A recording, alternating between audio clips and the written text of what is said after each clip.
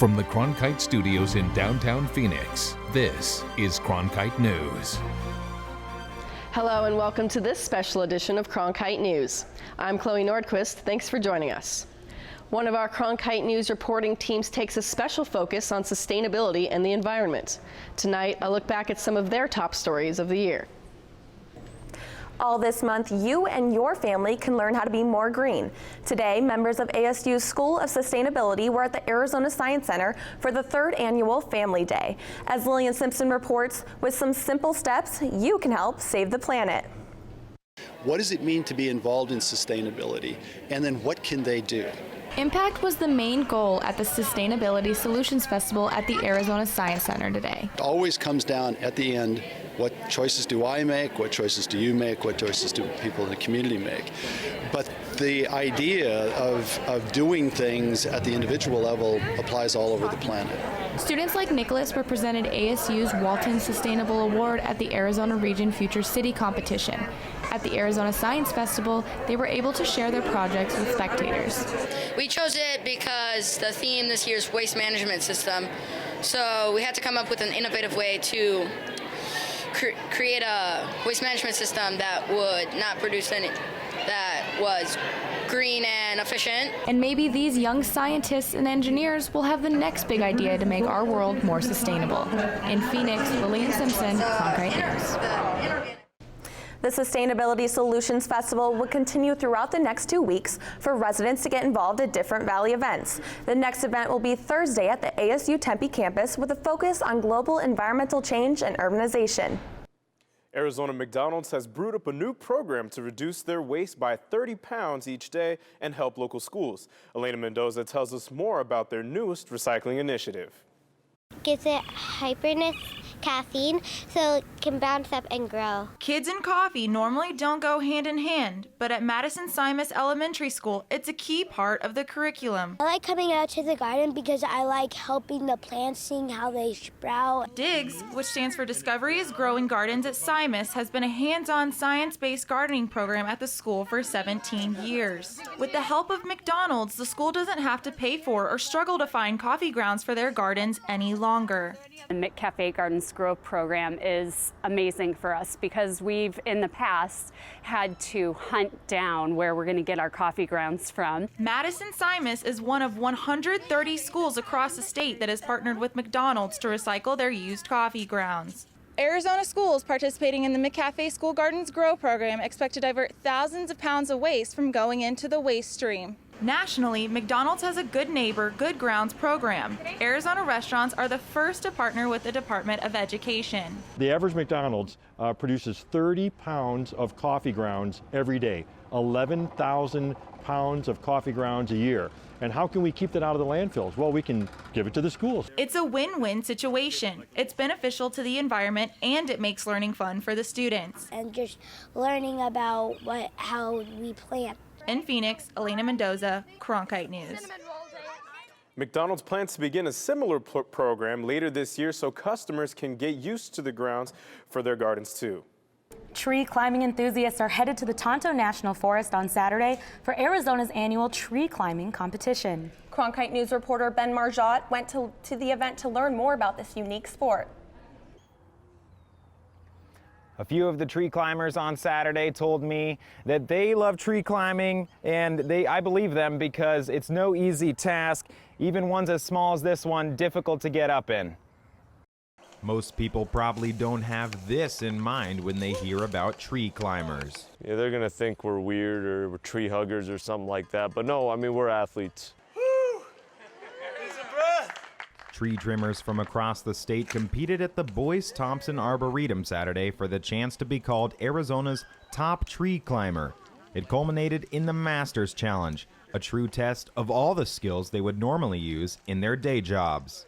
We're not cutting or doing any harm to the trees. It's non-invasive tree climbing to mimic what we do on the job every day. 3 competitors made it to the Masters Challenge, but it was Andy Young, the reigning champ and owner of the Tree Amigos, that took home the title for a second year in a row.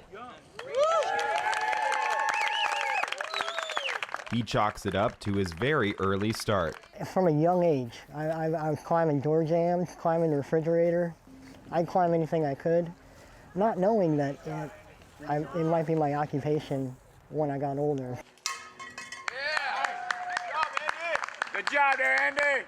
And that's what this whole competition was all about, refining their skills in a competitive environment with the end goal of doing their day jobs better and safer. Coming out here and learning this and doing this and practicing for it keeps me, adept at my job and safe at my job every day. It's the main reason we come out here. It's the main reason I come out here. We come out for man hugs! Yes, man hugs all day! Next up for Andy is the Western Chapter Tree Climbing Championship held in Santa Barbara in late March. Live at Encanto Park, Ben Marjot, Cronkite News. The Waste Management Open tees off this week, but the grass isn't the only thing that's green on the course. Cronkite News reporter Lillian Simpson discovered what Waste Management is doing to save and recycle water used at the event. So if you think about where we have this golf tournament, we are in a desert. So just knowing that we can make a little impact to help, restore water to those critical water sources, it's something we're very proud of. One of the goals of the Waste Management Phoenix Open, keep the greens green. Waste Management teamed up with Change the Course and says it plans to put all the water used during the tournament back into the Colorado River Basin and Verde River. Arizona resident Sarah Wood wasn't surprised by the sustainability movement. I knew this was kind of all about the recycling and that kind of event, so I've seen all the little bins being put up and I think it's a good thing. You'll only see recycle and compost bins at the tournament. No trash allowed. How can we sort of preserve this beautiful environment? And so that's what we looked at is, zero waste. So let's figure out how we can make it the greenest tournament it can be. In addition to those bins, you can win prizes by knowing what goes in which bin. In Scottsdale, Lillian Simpson, Cronkite News. A new dam is being built for Tempe Town Lake to replace the current rubber dam that has caused issues in the past. When it's completed, it will be the largest hydraulically operated steel gate dam system in the country. Cronkite News reporter Kendall Bartley is live at Tempe Town Lake to tell you about this $47 million project. Water in Tempe Town Lake is glistening from the hot Arizona sun, but it won't be that way for long. Once the water is removed, it will take another couple weeks to remove the old dam. It's going to be used in irrigation for your yard, for a park. There's lots of ways that this water is going to be reused. It's a tremendous resource, and we realize that water is precious. The goal is to have the project completed and the new dam reopened with SRP canal water by April 30th. In the meantime, the life beneath the lake surface has a place to go. We have been working since fall to ask anglers to take as many of these fish as they can and take them out of the lake by catching them. We have not stocked any of our sport fish. We have not stocked any fish since earlier this year. One Tempe resident hopes this new dam is worth it. The only thing I'm really concerned about is that there's a lot of money that's gone into building these new floodgates, and it's a kind of a revolutionary thing that they're doing. I just hope it works. City officials say they did research to find the right dam for the job. There were 20 different technologies that we looked at and evaluated, and this one was by far the best. Tempe leaders warn no one should enter the lake bed after the water is removed because it's unsafe. It's like quicksand. Live in Tempe, I'm Kendall Bartley, Cronkite News. Leave only footprints and take only pictures isn't just an old adage. In Arizona, it's the law. Reporter Lillian Simpson traveled to Lost Dutchman State Park and found one couple not following the rules. Hi folks, going for a hike? Lost Dutchman is one of many state parks protected by the state of Arizona. Visitors are asked to leave the park empty-handed, but this Canadian couple can't seem to help themselves from taking a piece of the park with them. You can paint a word, if you like. You can put love, health. Nicole and Roger have traveled from Texas to California and now to Arizona, adding rocks to their painted collection. She chose the rock and okay, I could paint something with that. We try to tell people when they come in what the rules are, and also we give out brochures with a map, and it has regulations on it. Basically, people aren't supposed to remove rocks or objects that they find on the trails. Even though park rangers do their best to preserve Arizona state parks, some hikers and campers don't see the harm in taking a little piece of Arizona before they go. When I see a rock, Yes, I told it to my friends, look, the dog. Hey, it's like a dog. You see the tears and the nose and the eyes. Everyone took one rock. Well, pretty soon there wouldn't be many rocks left. So we ask that they just leave everything in place as they find it. This couple says taking the rocks helped them remember the beauty of Arizona. When the sun goes down on the rock, in the back of you, so it's a beautiful, beautiful thing. The park rangers say leaving the rocks where nature put them is even more beautiful. In Apache Junction, Lillian Simpson, Cronkite News. In Arizona, it is illegal to remove anything from our state parks, but the amount of the fine is determined by the judge. Every single day, around 4,000 children die from getting sick from unsafe drinking water. Cronkite News reporter Ben Marjat tells us how a Scottsdale nonprofit is involving children in its efforts to bring clean water to the less fortunate.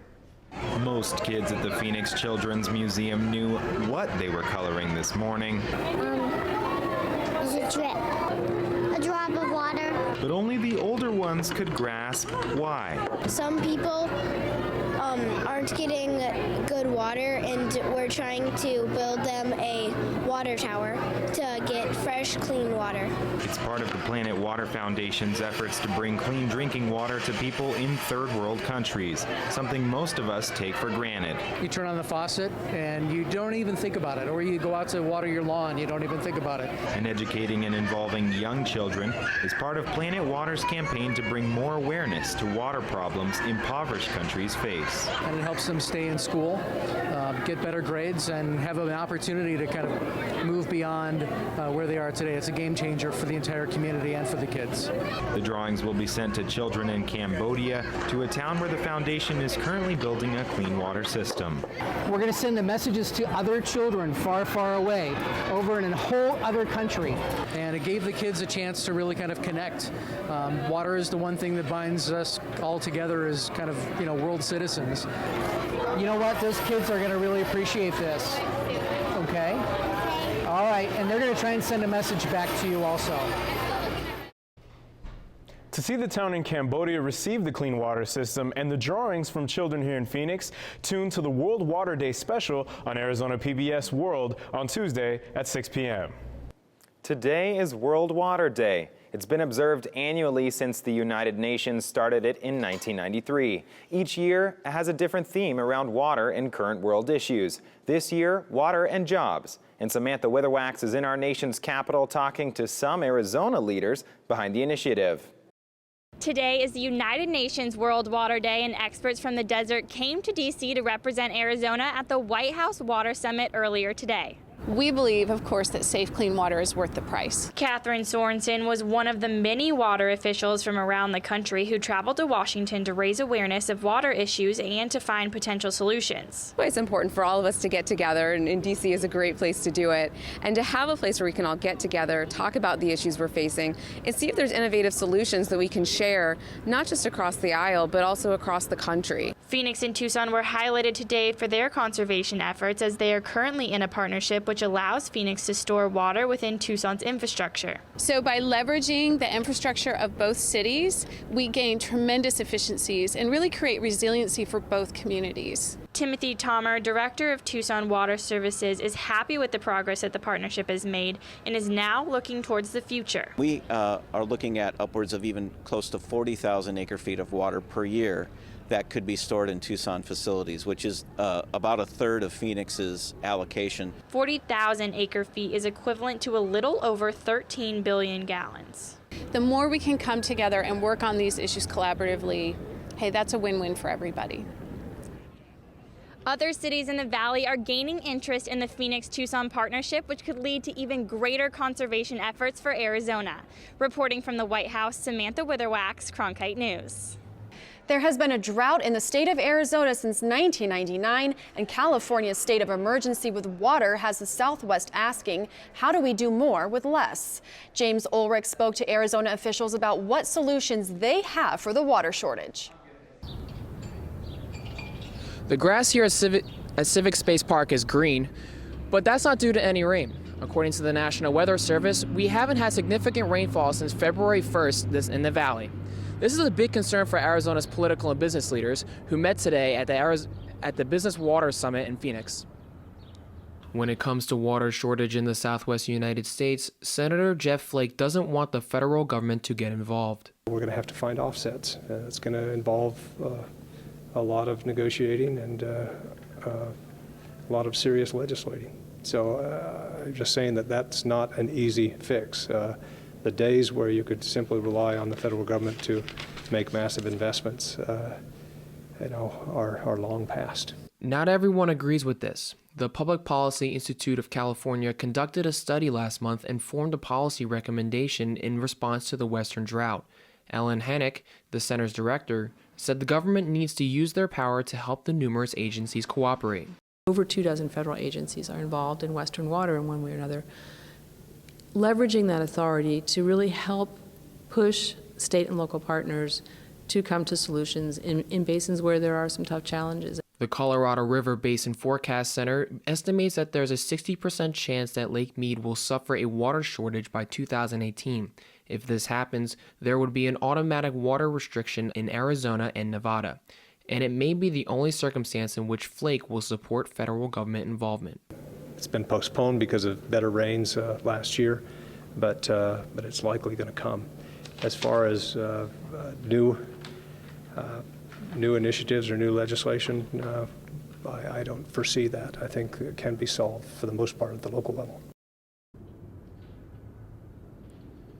There are a handful of bills going through the California and Arizona legislatures. One of these bills, SB 1268, was rejected by the Arizona State House of Representatives. Cochise County tried to impose an assured plan of a 100-year water supply for potential developers. In Phoenix, James Ulrich, Cronkite News. Some northern Arizona officials are taking another fight to Washington, this time over Mojave County's out-of-control burro population. Cronkite News reporter Katie Beery found out how federal law has protected these animals maybe a little too well. They're cute, slow-moving, and apparently harmless. But as the wild burro population has exploded, they have taken a toll on resources and threatened Arizona motorists. Nobody has died yet, but they're going to. That's exactly what brought local county officials to Washington this week. They met with federal officials and Senator John McCain to talk solutions to the problem. If we're talking about it, then we know about it, and then it's on our hands. Right now, the burro population sits at more than 4,400. That's 3 times more than our environment can sustain. Killing the burros isn't an option because it's illegal. But in a moment of frustration, one official suggested such a step.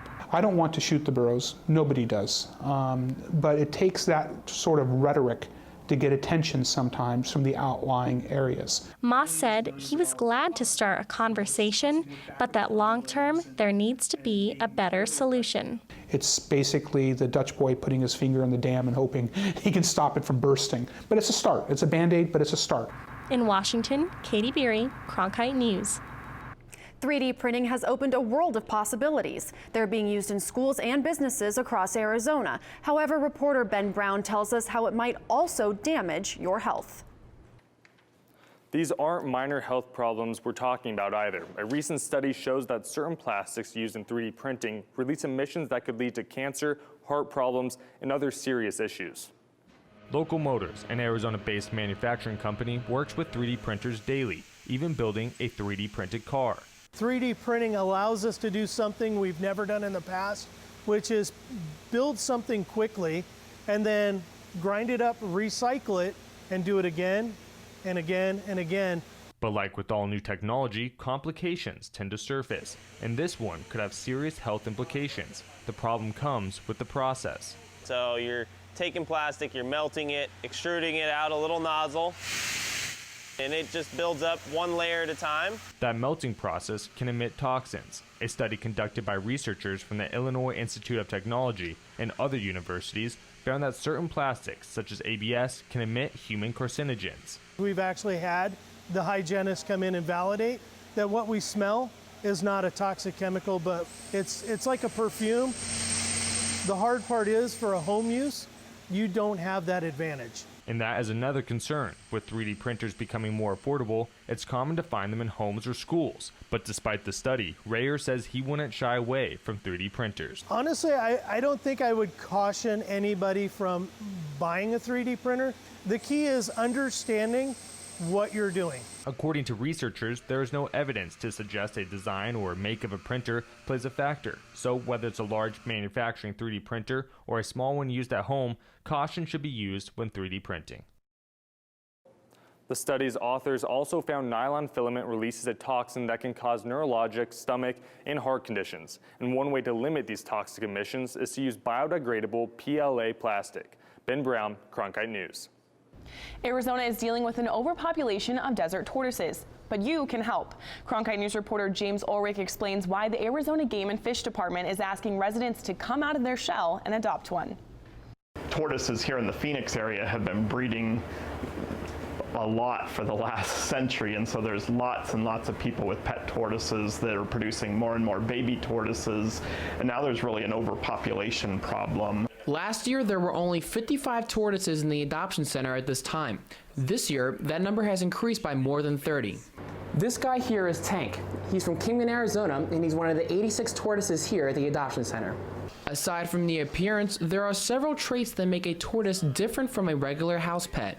Some say that they actually recognize individual people's voices. They'll come in dog doors. They'll learn that that's where the food is, and they'll come in there. They have these really human-looking eyes, and they seem to kind of be wiser than we give them credit for. Potential owners must have an outdoor space for the tortoise as well as food and water. But the registration, that's the easy part. It's actually free, so you don't have to buy one. The ones that come through us on adoption day are microchipped already and given a number. You just give them a name. The tortoises grow to be about 15 pounds, but can live for 50 to 100 years. So plan on many years with this pet. In Phoenix, I'm James Ulrich, Cronkite News. Adoption day for these tortoises is April 9th. To apply for adoption, visit the Arizona Game and Fish Department's website to fill out the form. The Arizona Game and Fish Department is taking care of an orphan mountain lion kitten. Elena Mendoza tells us how she was rescued.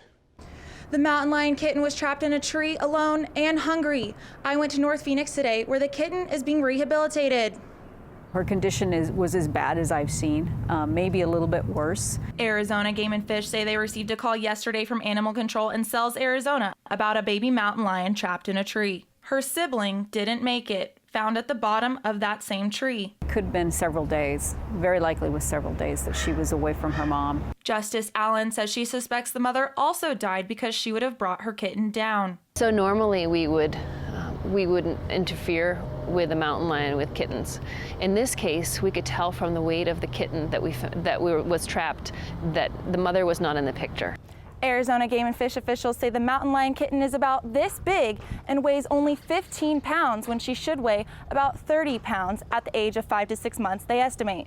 This kitten would have died without intervention. The results of her blood work indicated that her emaciation and dehydration was significant, but doesn't appear to cause any long-term damage to her body. The good news is that she ate half a rabbit this morning, so those are the things we're excited about. We're going to do what we can, but just bringing a young animal, a young mammal in like this, they very quickly get used to having people around them. Justice Allen says it's unclear at the moment if they will be able to release her back into the wild, if and when she makes a full recovery.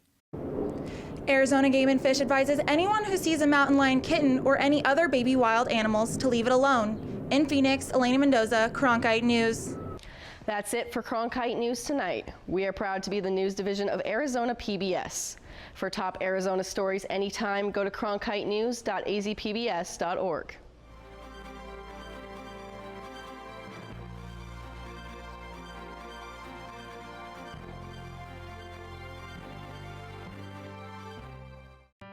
For only the third time in the award's 74-year history, a Phoenix-based news operation wins the prestigious Alfred I. DuPont Columbia Award for Excellence in Broadcast Journalism. And this year, That news operation is Cronkite News, the news division of Arizona PBS, honored for its work on the groundbreaking documentary, Hooked, Tracking Heroin's Hold on Arizona. Cronkite News at Arizona PBS, award-winning journalism you can count on from the station you trust. When I was 12 years old, I was watching great performances on PBS. This program with Nureyev came on. Nureyev in a performance of Le Corsaire, and I was amazed and awestruck. I really wanted to do it. I was street dancing at the time, and I never thought of formal dance until I saw great performances. I knew that I was really a novice to dance, like high dance. I decided to check out the high school performing arts. And so one thing led to the next. Today, as a recognized dancer, I absolutely believe that when I saw the performance, it affected me tremendously. And I know that's what happens when I teach. I'm opening an option for them that they hadn't seen before.